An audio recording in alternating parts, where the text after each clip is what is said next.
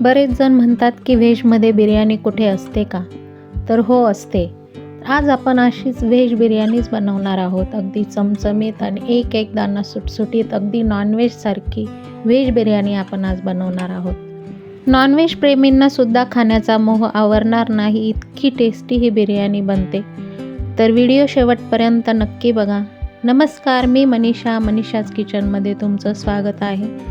तर आज आपण व्हेज बिर्याणी बनवतोय. तर त्यासाठी मी इथे बासमती तांदूळ घेणार आहे.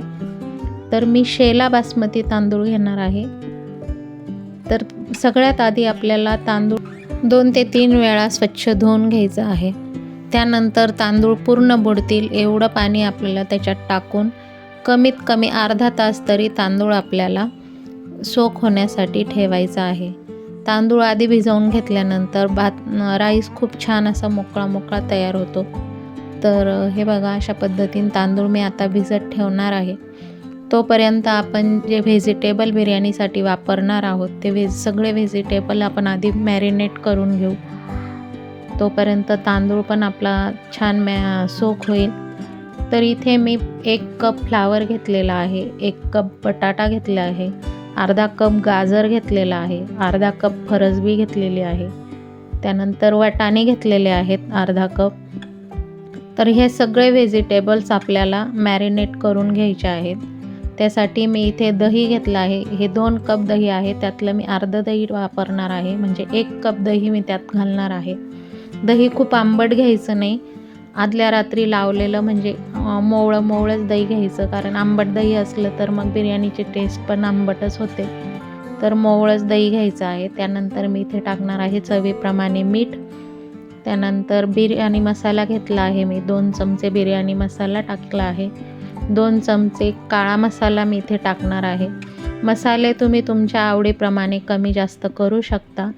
तुम्ही तिखट खात असाल तर जास्त वापरा, फिकट खात असाल तर कमी वापरा. तर 1 चमचा मी लाल मिरची पावडर घेतली आहे. त्यानंतर अर्धा चमचा हळद घेतली आहे. आता हे सगळं मिश्रण आपल्याला व्हेजिटेबल्सला चांगलं चोळून लावून घ्यायचं आहे. सगळ्या भाज्यांना ते मिश्रण लागलं पाहिजे, म्हणजे भाज्या छान मॅरिनेट होतील. तर हे सगळं आता मॅरिनेट होण्यासाठी कमीत कमी 15 ते 20 मिनटं मी असंच राहू देणार आहे. तर हे बघा, अशा पद्धतीने चांगलं रगडून भाज्यांना सगळा मसाला लावून घ्यायचा आहे. आता भाज्या मॅरिनेट होण्यासाठी मी एक बाजूला ठेवून देते. त्यानंतर मी इथे पनीर घेतलेलं आहे, 1/2 किलो. तर पनीर पण इथे मी मॅरिनेट करून घेणार आहे. त्याच्यावर पण बिर्याणी मसाला, लाल मिरची पावडर, मीठ हे सगळं टाकून आणि त्याला चांगलं चोळून आणि मॅरिनेट होण्यासाठी ठेवून द्यायचं. आता पनीर भाज्यांमध्ये न टाकण्याचं कारण म्हणजे ते मसाले आपण भाज्यांना रगडून लावत असतो आणि मग त्यामुळे पनीरचा चुरा होण्याची शक्यता असते. म्हणून मग मी पनीर वेगळंच मॅरिनेट केलं आहे. आता जेव्हा भाज्या आपण शिजवणार तेव्हा मग आपण सगळं एकत्र करू. तर भाज्या मॅरिनेट होत आहे तोपर्यंत आपण इथे भात बनवण्यासाठी पाणी उकळण्यासाठी ठेवून देऊ. तर इथे मी तांदूळ पूर्णपणे बुडतील, म्हणजे तांदळाच्या दुप्पट पाणी मी इथे टाकणार आहे, म्हणजे मोकळा तांदूळ शिजला पाहिजे. तर इथे मी काही खडे मसाले घेतले आहेत. सगळे खडे मसाले मी आता पाण्यात टाकून घेणार आहे. तर हे बघा, तुम्ही बघू शकता. त्यानंतर मी त्यात टाकणार आहे चवीप्रमाणे मीठ. आता खडे मसाले टाकल्यानंतर पाण्याचा रंग बदलतो. मग आपल्याला भात पांढरा शुभ्र येण्यासाठी मी इथे अर्ध लिंबू पिळून घेते पाण्यात, म्हणजे मग रंग जो बदलला आहे पाण्याचा तो बदलणार नाही आणि भात छान पांढरा शुभ्र येईल आणि त्यामुळे चव पण खूप छान येईल. तर इथे मी तूप घेतलेलं आहे, साजूक तूप टाकून घेतलं 2-3 चमचे, तमालपत्र टाकून घेतलं, जिरं टाकून घेतलं. तर हे सगळं चांगले मसाले पाण्यामध्ये जरा वेळ उकळू द्यायचे आहे, म्हणजे मसाल्यांची चव पाण्यात छान उतरेल. आता एकीकडे आपण भाजीची तयारी करू. तर इथे मी कढईत 2 पळ्या तेल घेतलं आहे. त्यात मी सगळे थोडे खडे मसाले टाकून घेतले. खडे मसाले टाकताना तेल खूप कडक तापवायचं नाही, तर मसाले करपतात. तर मसाले टाकल्यानंतर इथे मी 4 मध्यम आकाराचे कांदे घेतले आहेत, ते पण त्या तेलात टाकून घेणार आहे. कांदा आपल्याला चांगला सोनेरी रंग येईपर्यंत परतून घ्यायचा आहे. तर हे बघा, अशा पद्धतीने कांदा छान परतून घ्यायचा आहे. चांगला सोनेरी रंग येईपर्यंत कांदा परतून घ्यायचा. या बिर्याणीची चव खूप छान लागते. आता मार्गशीर्ष महिना पण चालू आहे, बऱ्याच जणांचा नॉनव्हेज पण बंद आहे. तर तुम्ही अशी पनीरची बिर्याणी बनवून खाऊ शकता. ही बिर्याणी चवीला खूप छान लागते, तर तुम्ही नक्की ट्राय करा. तर इथे कांदा छान सोनेरी रंगावर परतून झाला आहे. तर मी आता त्यात 2 चमचे आलं आणि लसणाची पेस्ट टाकून घेतली आहे. ती पण चांगली तेलावर परतून घ्यायची आहे. त्यानंतर मी 2 मध्यम आकाराचे टोमॅटो घेतले आहे. आता टोमॅटो टाकल्यानंतर आपल्याला लगेच सगळे व्हेजिटेबल पण त्यात टाकायचे आहेत. तर हे बघा, मी मॅरिनेट केलेले सगळे व्हेजिटेबल आता त्यात टाकून घेते.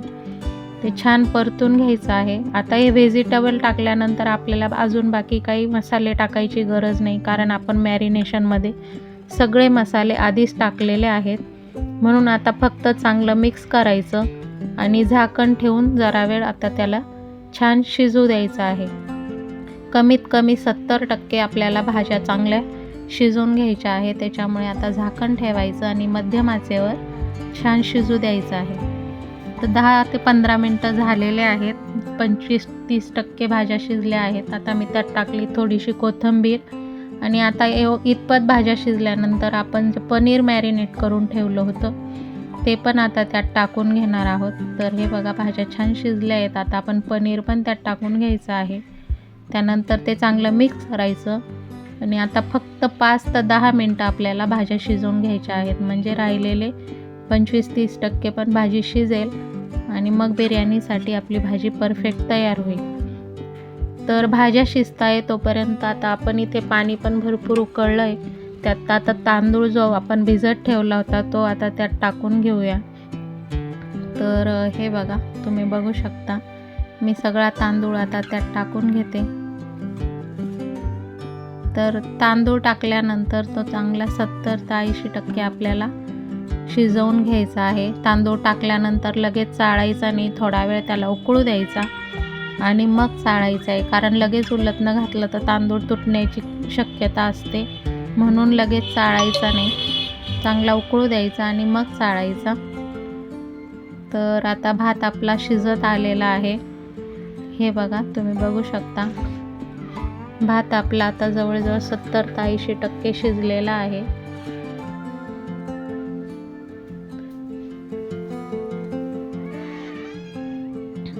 तर आता मी तो निथळून घेते आणि मग लगेच एकीकडे आपल्या भाज्या पण आता तयार झालेल्या आहे. भाजी पण छान शिजली आहे.